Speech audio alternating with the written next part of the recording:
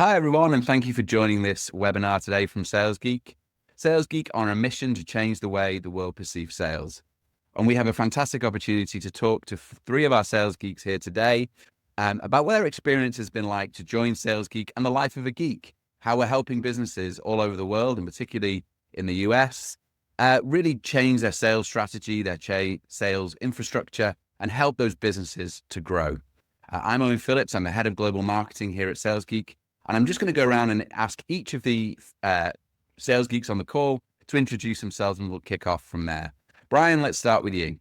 Yeah. Hey, Owen. My name is Brian Ewing. I've been with Sales Geek for about a year, and I am the master franchise owner for the Southwest US. So that's a combination of Colorado, Utah, Nevada, Arizona, and New Mexico.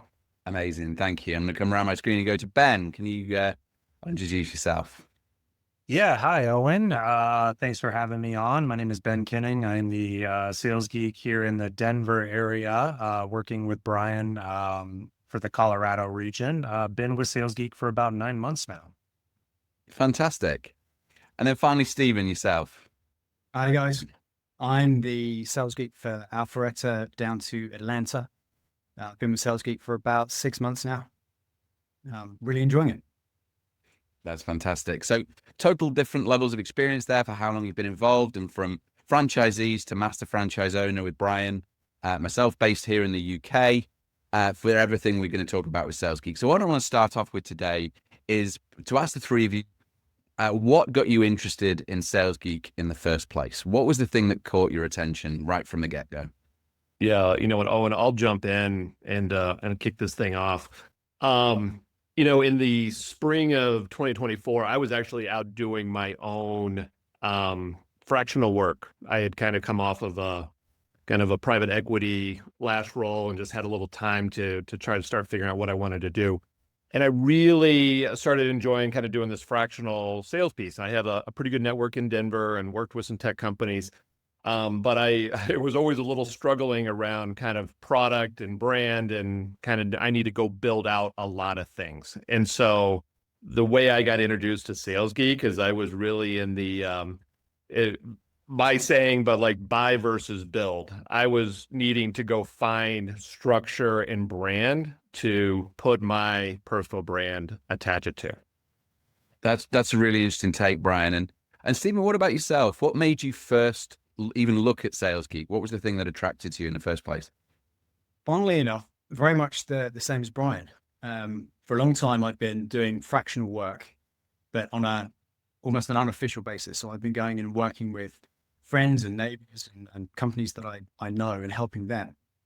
And much like Brian, it was like, I know there's a business here that I can build, but it's going to take so much time to build it. So I went online, onto LinkedIn, funny enough, and just said, right, where are the sales consultants groups?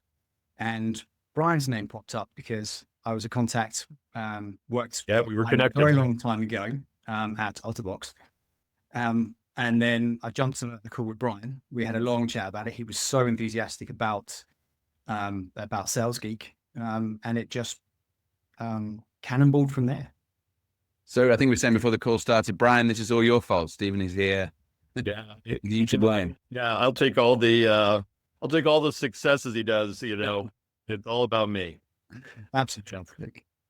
And Ben, the same question to yourself. What was the point that you thought, yeah, I'm doing this, I'm involved with Sales Geek? Yeah. So a little bit different of a story than Brian and Stephen, where I had spent 9 straight years at a company where I started. Most of my career was in sales and sales enablement, sales training, sales leadership. And through the course of 9 years at a company, you just get put into different roles and different responsibilities. Before you knew it, I was running operations team and doing something entirely different than I ever done in my career.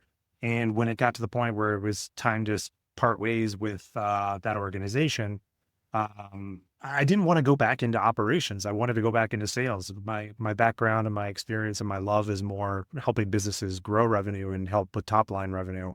So I wanted to go back and do that. But then when I started looking at jobs and opportunities that are out there, I just didn't get excited about working for one company. After spending 9 years at the same company, I wanted to do something a little bit different. And how do I take what I have learned and developed in my career and start to apply it to more than one business? So I didn't know the term fractional or part-time even sort of existed.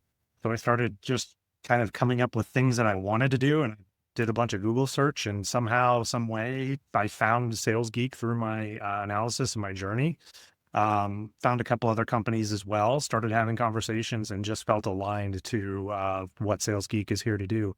Conversations with all the people. I'll pile on the blame Brian train. But my conversations with Brian as well, the people all over, it just felt like the right fit. It was exactly what I wanted to do. And kind of what Brian said, when I figured out that's what I wanted to do, if I was to build it myself and do it on my own, I just didn't feel like I had the capacity or the time or even the desire to go do that. And when I connected, hey, this is exactly what I want to do, these are great people, it just made sense to combine and join the organization. That's really interesting, Ben. And I think picking up on that point there about working for lots of different businesses, that's because you're going into these businesses as a fractional sales director, right? That's because you are going to be working with lots of different businesses. But at the same time, it's your own business. You're growing something on your own terms. I'm going to ask this question to the group, but if you had to pitch Sales Geek to your past self, what would you say along those lines? What is it like to start your own business as a sales geek with this brand, as part of this global organization? What is it like? But you're still in charge of your own company. What is that journey like? I would say that it's going to be harder and easier than you ever expected it to be. I think to expand on that, you're building something from the ground up, which is quite difficult. But you're not necessarily starting at the ground level. The level of support Sales Geek gives you right from the outset is absolutely tremendous, and that helps you position yourself and your company into businesses from a fractional sales director level that you never thought you'd be able to go into or help. Yeah, it's similar to what Steven said. The two words that kind of stood out to me of what I would tell my past self is, what you've been missing is freedom, and what you've been missing is mission-driven idea. And Sales Geek is going to solve some of those things that you realized were missing, and you couldn't quite put a finger or a word on what it was. The ability to manage your time, the ability to really work as hard as you can for yourself, I think is something I needed. And then also the mission aspect, the ability to give back to my local community, the ability to connect with people who otherwise would be priced out or just doesn't understand that they have access to the things that Sales Geek offers. That really spoke to me. And I think if I could have known that this existed 10 years ago, I would have jumped all over it back then. And I'm glad I found it when I did. Ben, I think I'll kind of play off of that last statement, because I think that's where I was. Like, I've been thinking about entrepreneurialism, new business, going on my own, starting a business. That has been kind of part of my story for probably the last 10 years. And I could probably pick a handful of people that have been along my professional journey, and they're like, oh my God, you were talking about this 5 years ago or 7 years ago. And, I don't know if I was ready then. Like, I think that's also part of it. There is a part where things really come together, both professionally and personally. And so it really did for me. And it was just like, boom, this was right. I wish I could have done it earlier. Would have been nice to have, more time, on this. But there's something really exciting, and I still find it this really good, grind that I do. Is I love what I do. I love the customers we work with. And so if that's part of what people are thinking through, like, what do you really like doing? Get close to that, and then find it doesn't have to be Sales Geek, but find other things that kind of what's going to feed you, because you're going to work for a long time in your life. Better be doing something you enjoy. I think that one of the other things I would say, Brian, to myself, if I look back onto my corporate sales career, is doing this, you are 100% engaged with your clients. you're 100% engaged in the sales side of things.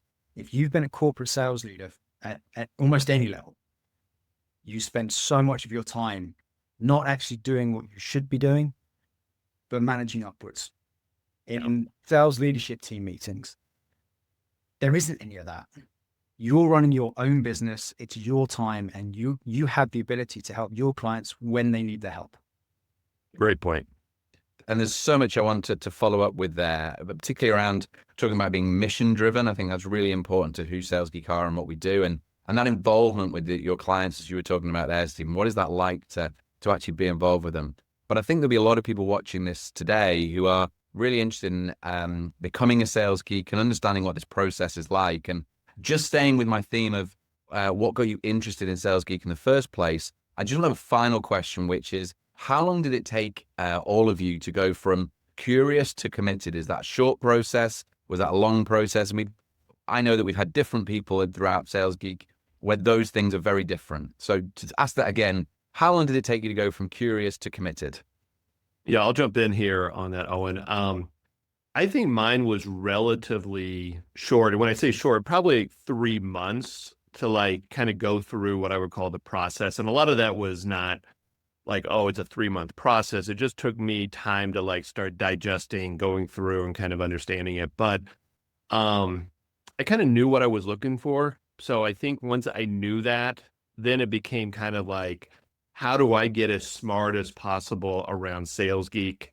I did a LinkedIn post on this not too long ago, and it's like, asking all the questions, right, that needed to take place. And Owen, you and I had chats, and I had chats with Richard and James, and like being curious along the way is so important to whatever your journey you're going, but continue to be curious and really thoughtful around it. And so mine took about 90 days. But a lot of that was me just kind of gut checking myself, gut checking with my family that this was really the right move and that we're all in it together on it. So yeah, about 9 months or about 90 days.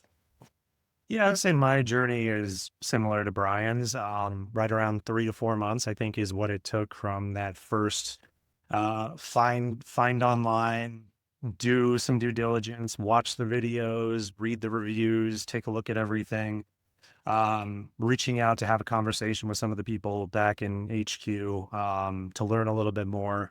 Talk with Brian, met with him a few times as we were going through this process. He was really helpful in helping me make that decision. And then I would say, started in the summer and then was in the UK in training at the end of September. So that whole process, I felt like it was the right amount of time to do my research and feel good about it, and didn't feel rushed. And I would say that I felt very supported by everyone along the way. There was no pushiness. There was no gimmicks. It was, hey, we want to make sure this is right for you just as much as it's right for us. And I was just really glad and appreciative of the way that everyone helped and supported as I was making my decision. It's a really important point that Ben just made there. For me, it was probably about the same. It was about 3 to 4 months, 90 days, something like that. But the big thing for me going through that process was the feeling that it wasn't just me deciding whether Sales Geek was for me, but there was also Sales Geek deciding whether I was good for Sales Geek. And that's very reassuring because it's not a case of like, you're obviously buying into a franchise. It's not a case of, we want your money and then off you go. That's the entirety of it. It felt very much like an interview process on both sides. And as I said, I'm a very cynical person in many respects. I've had my own businesses, some of which have succeeded, some of which haven't.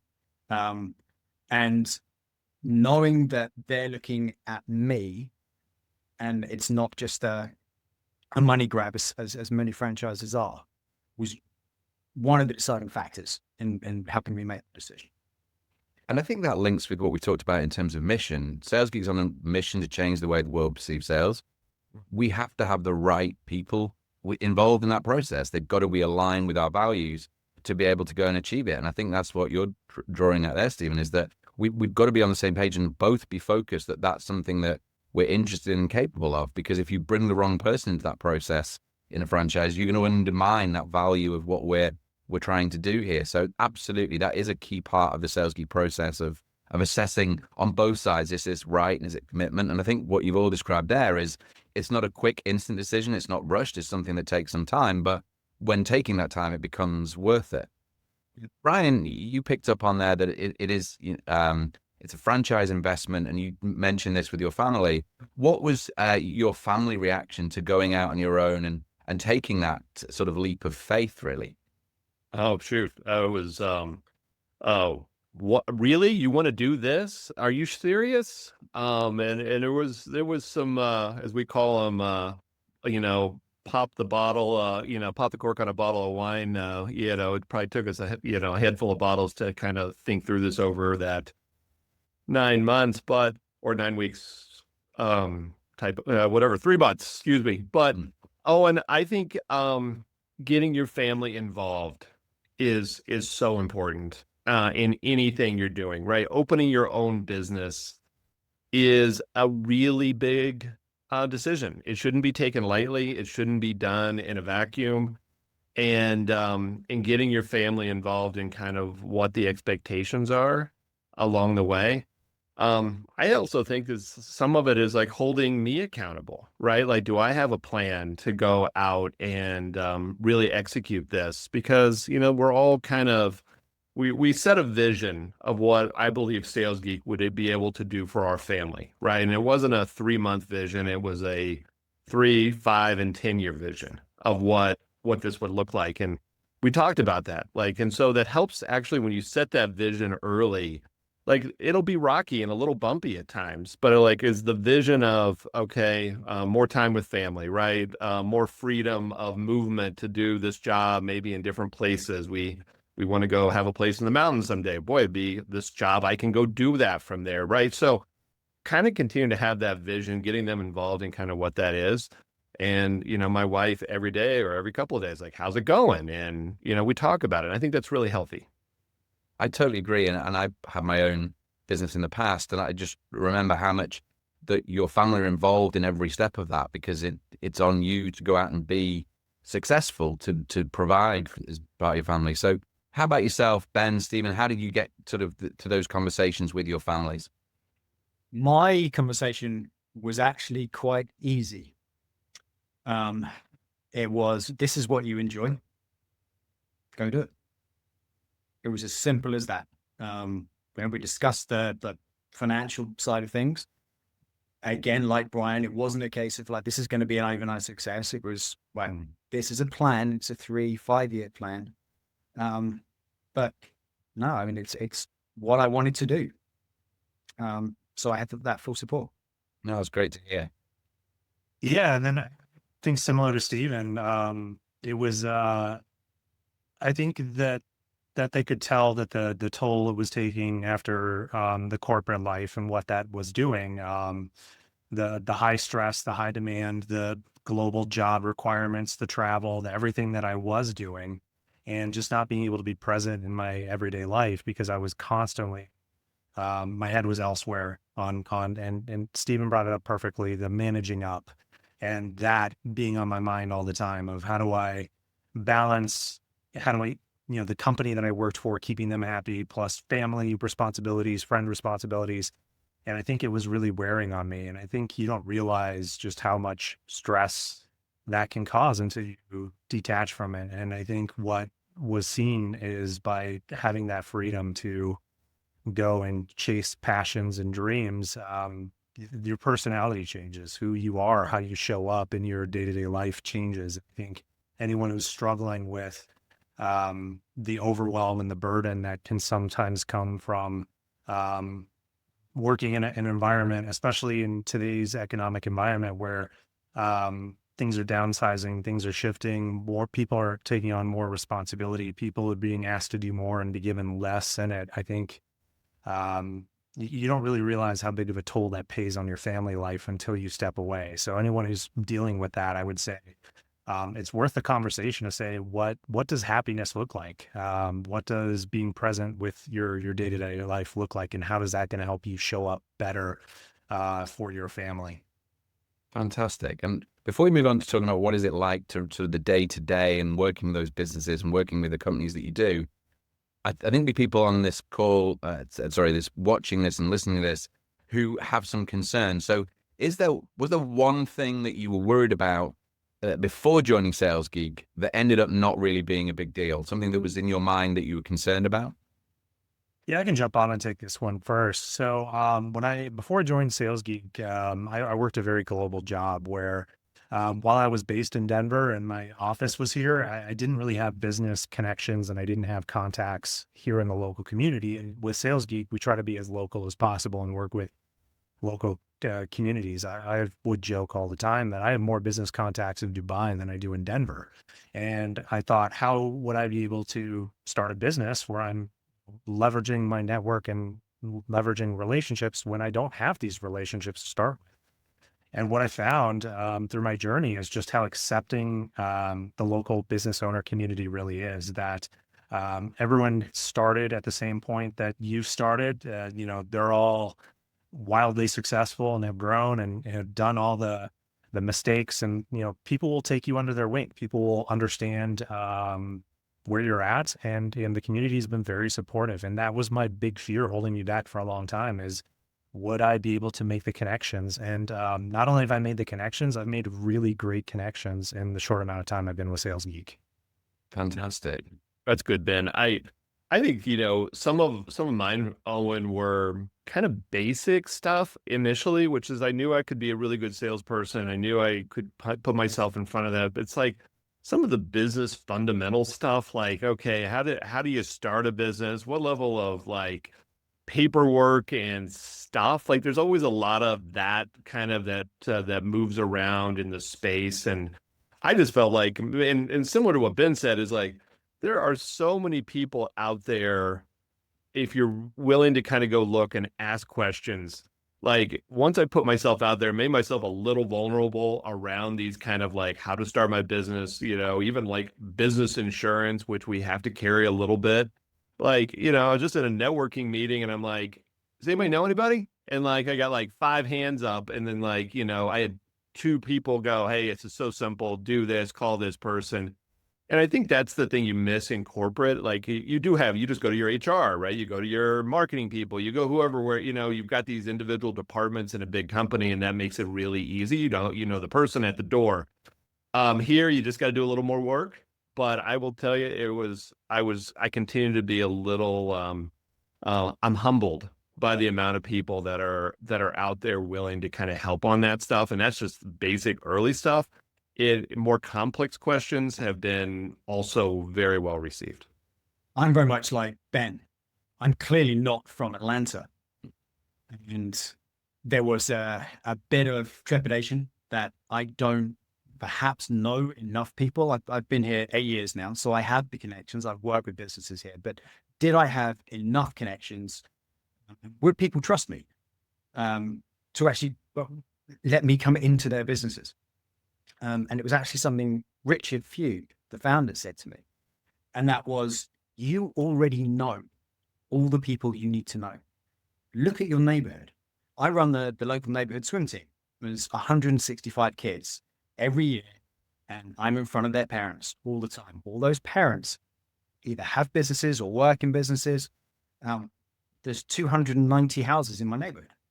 So even just that small, very, very local environment, I have the network that I need to succeed.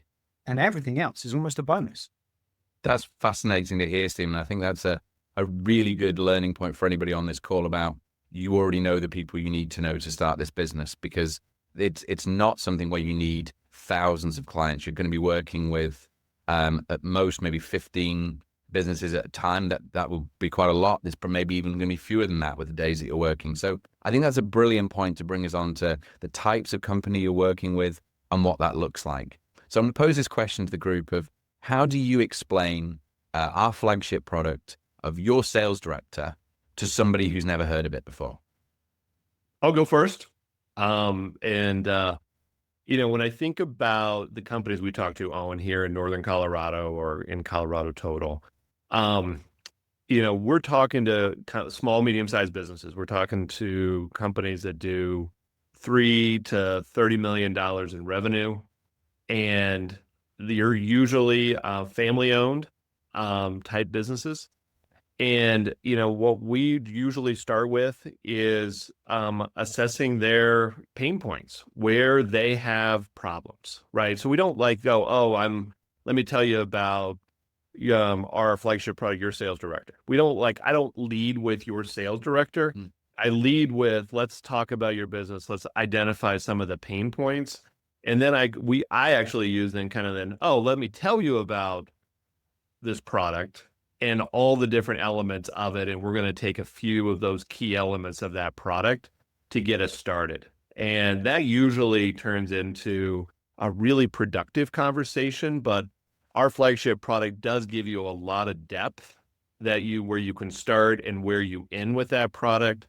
I think we'll be, when we get that product kind of seated with the customer, we'll be around for 12, 15 months in a customer like that. And so we generally start with one or two problems, and then we kind of go from there. Yeah, very similar to what Brian said. I think that's spot on in the conversation. Where I've also seen a lot of success is kind of matching what we do with the business life cycle that the business is in. So if a business is in a growth stage, a startup phase, talking about how do you have that conversation early for a business owner to say, you're wearing all the hats today. You don't want to be wearing all the hats a year, 2, 3, 4, 5 years from now. You need to divest your own attention and start to think about how business development can be one of those first things that you start to back out of yourself as a business director or business owner, and how can you outsource that? So there's that conversation.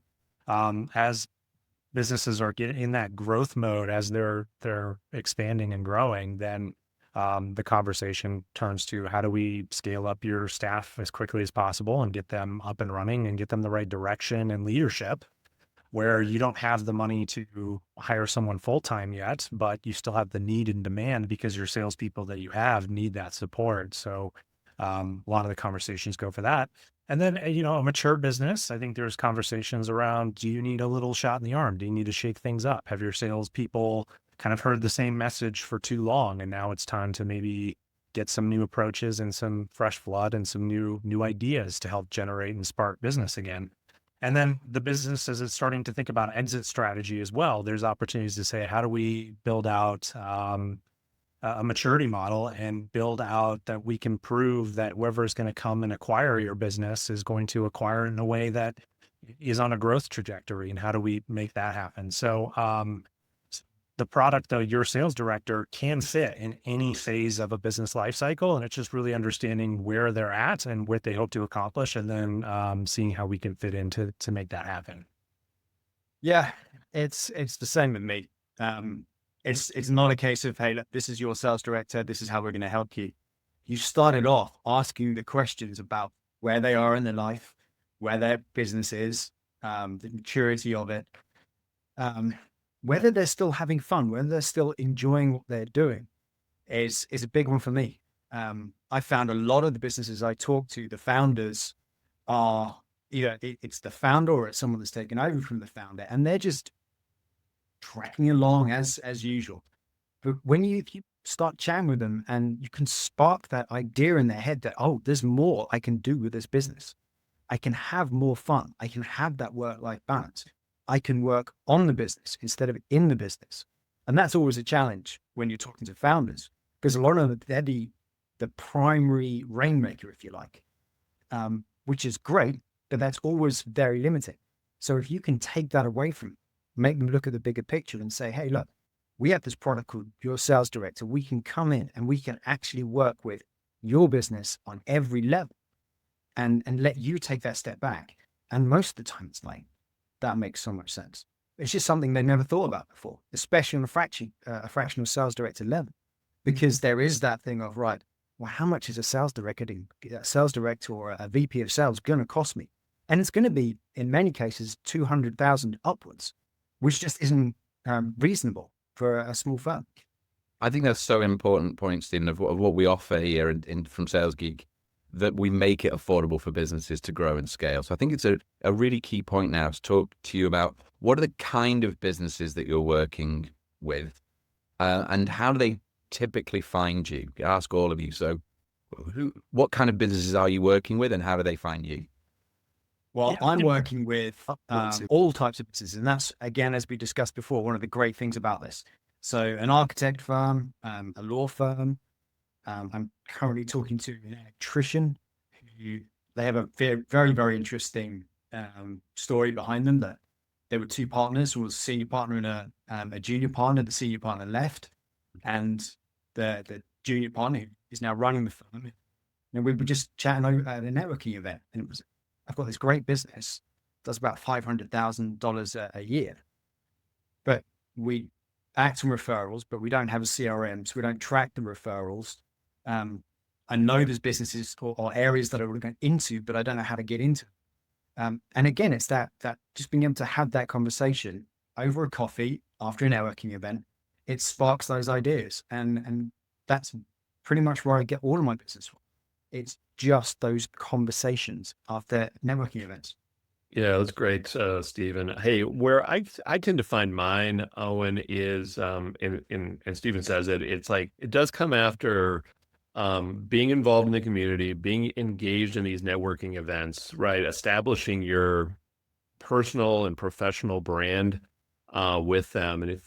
And I was chatting with Ben this morning that we have, a new client that just kind of came in as a referral from my networking group, because they heard we do sales training and we do it really well, and they got that, that warm I got that warm introduction from somebody that I had talked to and been part of. And so we have different types of customers we work with all the time, I think, but it's always interesting the type of clients you get introduced to, and it's always interesting that way. That's great. And Ben, how about yourself? Yeah, Stephen pointed out something that Richard, our founder, just said to him, and I think that's absolutely true. And where I've been able to leverage is the network of people that you know are the people that are going to bring you in right away. So what I found is the majority of the clients that I've found are people that I've worked with in my career, where we've worked together 5, 10, 15 years ago. But they saw what I was able to do. They appreciated what I did. I'm off doing Sales Geek now. They're off at other companies, and they've come to me and said, "Hey, I see that you're doing this now. If it's anything like you used to do when you helped me back 10 years ago, we need someone like you in our business. Can you come and meet with us?" So it's been connections of people I've worked with in the past, which has been great. Organizations that are really struggling with their sales process, really struggling with their messaging, struggling with their salespeople are not getting coaching, they're not getting training. So there was that. And then other partnerships, as Brian and Steven said as well. Chambers of commerce have been very beneficial, networking groups. And really it's finding the people that are vulnerable enough to say, "Hey, I think my business could be doing better than it is doing, and I would love some expert advice and some guidance on what we could be doing differently." I think when you can bring in someone who is vulnerable enough to say, "Hey, I don't know everything. And I feel like we could maybe do something a little bit different." And when you have those conversations and you get those ideas sparking and they start to see what could happen, then they're like, yes, this is what I've been missing. So that's been great to have those type of conversations. And sometimes it can be really difficult to talk with a business owner about that vulnerability. Do you ever find it difficult where you have to say, it's not your sales team, it's actually you and the way that you're running the business? Is that something that comes up at any point, that you have to reframe it in that way and look at how you can grow the business in a way that helps that business owner, because actually there, some way, is the problem? Yeah, Owen, I think that comes up. And, being a VP of sales for a good chunk of my professional career, that is a tough conversation to have with your boss, right? It is, they're paying your paycheck, and there is always an element of like, I don't want to piss off the boss, right? I don't, it's hard to speak truth to power in those things. And, as you get older and more mature in your professional career, you can do that better. But I think what Sales Geek comes in is we come in with a lot of trust. We set the stage early for honest and transparent conversation around that. And what's nice about that is that if we can establish that early with a client, that kind of honest, transparent conversation, and not that we're always right, but this kind of back and forth with a common goal, we establish something that's really powerful that we can really push the organization. And those are the best clients to work with. It's a really important checkbox to like find that kind of willingness to have that kind of open dialogue. And because we can pick our customers, if we don't feel like that's there, it's okay to say we may not be the right fit for you. And because it's, what we do takes time, takes a lot of energy. And if you don't have that person on the other side, it just makes our ability to move the needle, to have fun, make this a great experience a little harder. Yeah, think that's what really great Brian points. said to kind of piggyback off of that is it's if you can get the business owner to self-realize that they're the bottleneck in their own business, it makes that conversation a lot easier. And like any good sales process, it's not about telling, it's about how you ask and how do you help people self-realize that there could be potential for approaching things a different way. So a lot of times what I hear from business owners is, my salespeople are just telling people what they want to hear. And then the question I like to ask is, okay, so when you talk about the activities of your salespeople, do you think they're telling you what they're actually doing, or do you think they're telling you what you want to hear? And that's kind of the light bulb moment goes off of like, oh, managing my sales team is a little bit harder than I thought. We need to kind of stay on top of them. So, reminding a business owner that not only do you have to stay on top of your business development and your sales, you have to stay on top of your finances, you have to stay on top of your operation, you have to stay on top of everything else. And if you're trying to stay on top of everything, you become the single point of failure in your business. And it can only grow to a certain level. So hopefully a business owner can come to that realization that that control sometimes can be a bad thing when you have too much control, and sometimes letting go of control and having an expert who they can trust will eventually give them the results they want without having to be the one who's in control of everything. Yeah.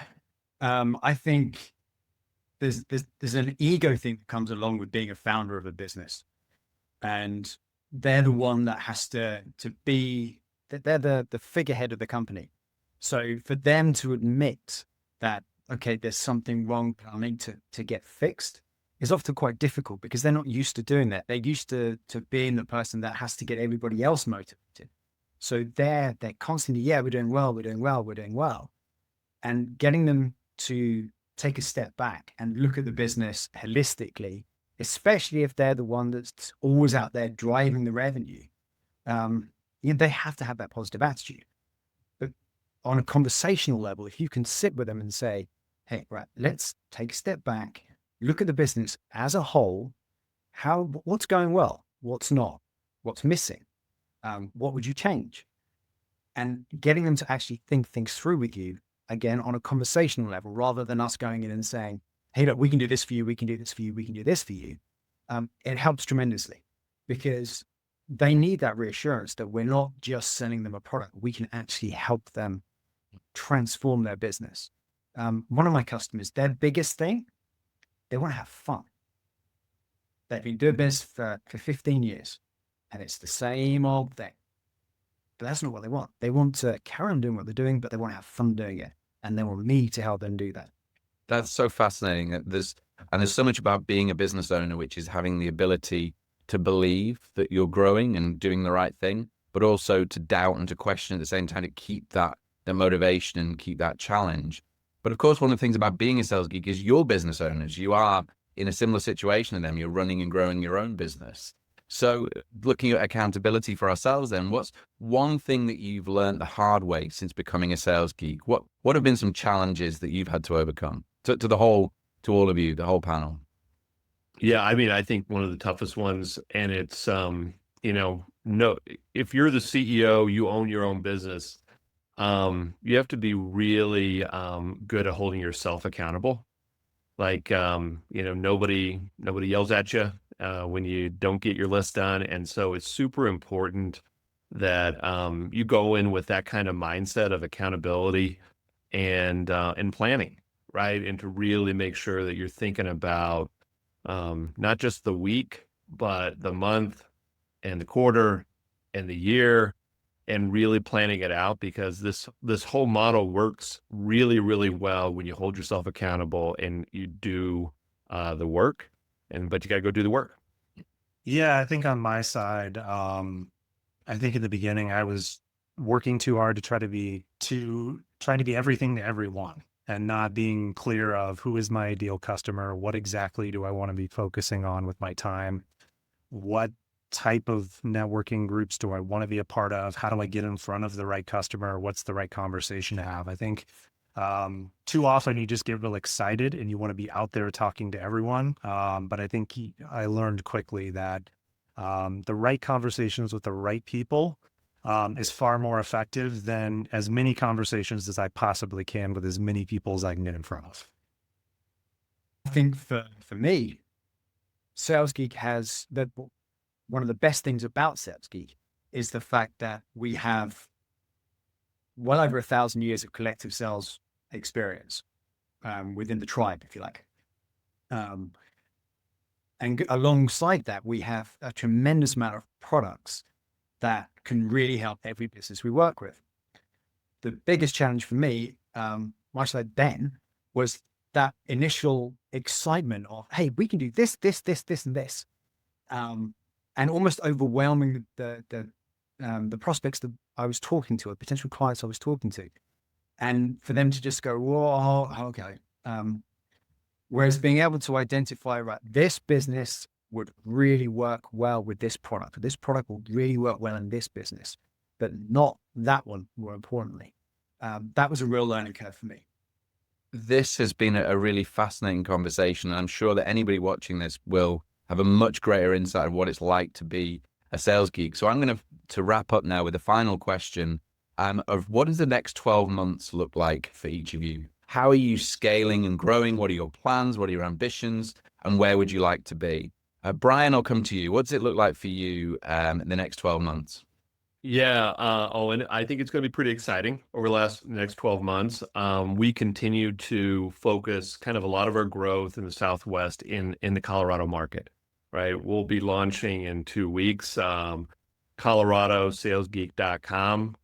We have some new tools that we're putting in place with the business community. There's just a lot of really good activity going on in Colorado. That'll take us through probably the end of the year. And then, we will then probably take that model to Utah and the Salt Lake area and really try to copy and paste a good working model in for that. Brilliant. Ben, I'll come to you next. What's the next 12 months vision look like for you? Yeah, we have some exciting things that I'm working on for the next 12 months. I think one is continue to expand the reach and scope of our Your Sales Director product, continue to connect with businesses here in the Denver community and offer that service. But then expanding into some new exciting opportunities, taking an opportunity to put together cohorts of like-minded business owners or new salespeople or new sales managers where they can share information across verticals and industries and connect in ways that normally they would not connect, to find like a learning environment where we can all grow and expand. So looking to really grow that, looking at some university connection opportunities to continue to provide Sales Geek training to make it more accessible and more easily defined for people who are looking to develop their skills in sales and business development. And then continuing to look at ways that we can expand the Denver market by adding more sales geeks to this area. I think the more people that are helping businesses in our area and using the methodologies of Sales Geek, I think the better. So we're hoping to grow the market to where we're going to need some help because we're really owning the market here. That's really exciting. And finally, Stephen, to come to yourself. So one of the things that has become very apparent to me is when I'm talking to a law firm, the question comes back, okay, so what law firms have you worked with? What are the questions other law firms are asking? Same with the architects, same with the electrician that I'm talking to. So my focus in the next 12 months is really to look at what products what are the challenges this vertical, this industry is facing, and build a particular product and a particular service around that vertical industry. So then I can go out and talk to people and say, hey, we've done our research, we've worked with these organizations. This is how we can help you. This is how it fits in your business. Taking something as simple as AI and its effects on law firms, and that instead of them being able to charge $300 an hour to do their research and doing research for 3 hours, AI has now brought that down into a 5-minute research. So how do they then go out and fill that gap with new business? So it's really developing my business around what my clients are looking for on a vertical basis. That is so interesting. I think a really great example of what a sales geek can do from all three of you.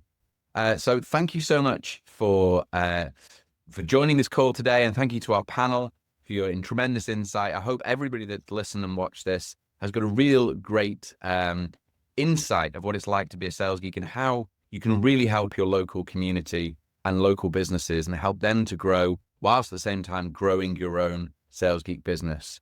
I hope to see you again, and you'll join us for future webinars. We'll be talking more about Sales Geek, more about the impact that we have, and more about our mission to change the way the world perceives sales.